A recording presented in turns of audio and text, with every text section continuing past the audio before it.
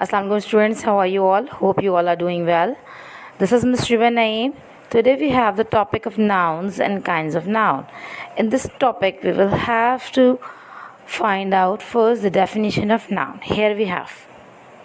What is noun? Noun is the name of a person, a thing, an animal, a place or an idea.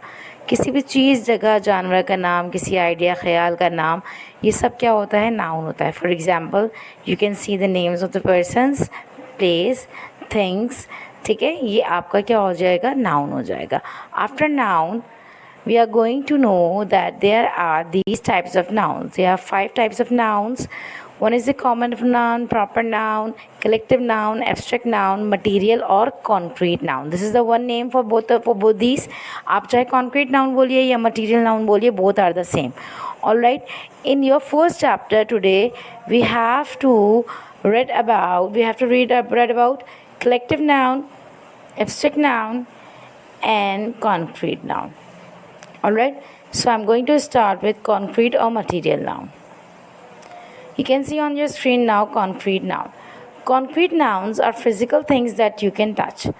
वो चीज़ें जिनको आप जो physically exist करती हैं, those things which are physically existing, वो चीज़ें जिनको आप टच कर सकते हैं, महसूस कर सकते हैं, छू सकते हैं और उनका फिज़िकली कोई वजूद है, सामने से वो नज़र आती हैं, उनको हम क्या कहते हैं? Concrete noun. उन नाउन्स को हम क्या बोलते हैं? Concrete noun. अब लाइक यहाँ पर एग्जांपल देखिए, pour the water in the glass.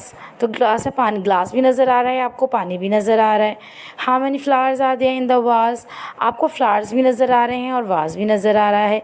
My favorite dish is biryani. आपको बिरयानी नज़र आ रही है. ठीक है, ये नाउन्स हो गए सारे. इसी तरह एग्जाम्पल में ऊपर है man, rice, hat, car, furniture, mobile phone, cap, cat और इसके अलावा door. These all are the things which physically exist. Book, pencil, ये तमाम चीज़ें फ़िज़िकली एग्जिस्ट करती हैं, फ़िज़िकली मौजूद होती हैं, जिनको आप छू भी सकते हैं, टच कर सकते हैं. ये कॉन्क्रीट नाउन होती हैं. There are 2 types of concrete nouns. Here you can see 2 तरह के कॉन्क्रीट नाउन्स होते हैं. One is countable noun, other is the uncountable noun. अब काउंटेबल नाउन क्या है? सी, काउंटेबल नाउन वो है जिसे आप काउंट कर सकते हैं. Like you can see the example, books, you can count books, pencils, pen, glass, toffees, etcetera more. आप ये वो चीज़ें जिनको आप काउंट कर सकते हैं, इसीलिए इनको काउंटेबल नाउन्स कहा गया है. अब अनकाउंटेबल नाउन्स जिनको आप काउंट नहीं कर सकते, like can you count the quantity of milk?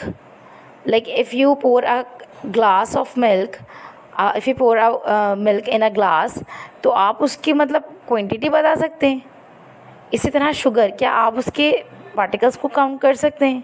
Salt, oil, wood, these are usually are the uncountable nouns.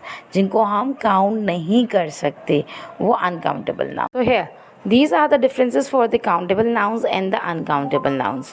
Countable nouns, uncountable nouns. Countable nouns here: book, pen, man, spoon, building, elephant. These are the countable nouns. ये difference हो गया. uncountable nouns आप क्या हो गए वो आपको यहाँ बता दिया गया है. Like water, coffee, air, salt, sugar, love, advice. These are uncountable nouns.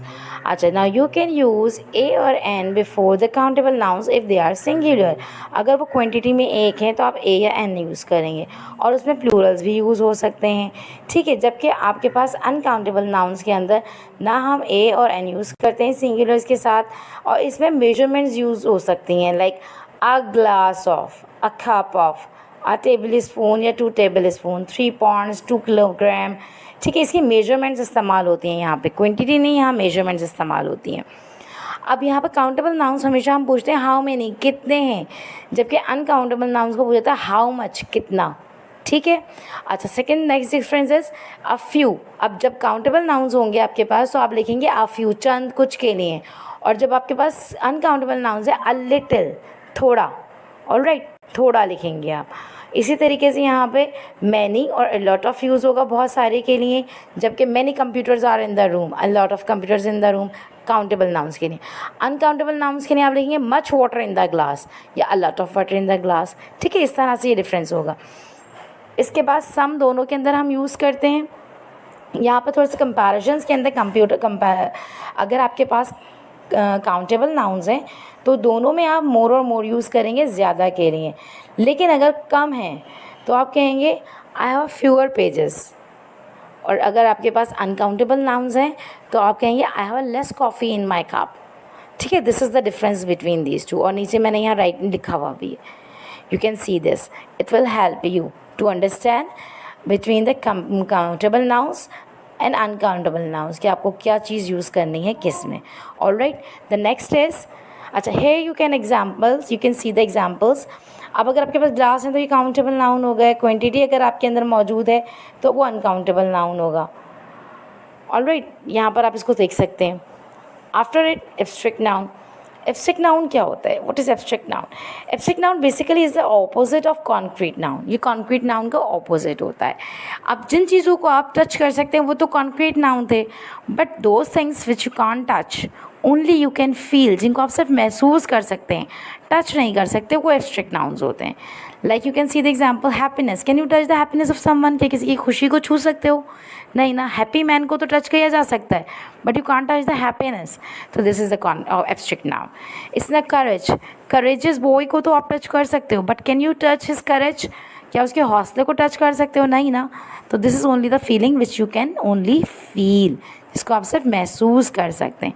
तो वो चीज़ सच्चाई, ट्रुथ, डेंजर, ख़तरा, ये वो चीज़ें जिनको आप टच नहीं कर सकते, ओनली यू कैन फील, जिनको आप सिर्फ महसूस कर सकते हैं। तो जिनको सिर्फ महसूस किया जाता है वो होते हैं abstract nouns.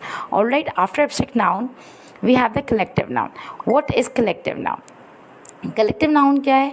A group is given to a name is given to a group of people, animals और things of the same kind. एक जैसे चीज़ों के जो ग्रुप हैं उनको जब कोई एक पर्टिकुलर नाम दे दिया जाता है, इनके ग्रुप मतलब बहुत सारे लोग, मोर देन वन, जब आपके पास एक जैसे ग्रुप की चीज़ें हैं और आपने उनको कोई एक नेम दे दिया, सिंगुलर नेम, तो वो आपका कहलाता है collective noun.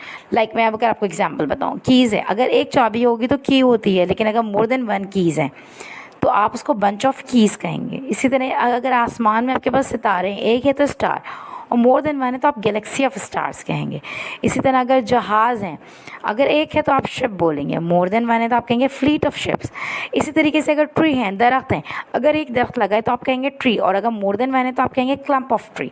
Here you can C also the few examples which you can C on the screen.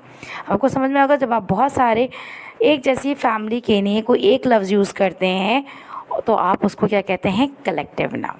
ठीक है, hope you all get it. इंशाल्लाह in the next class we will do the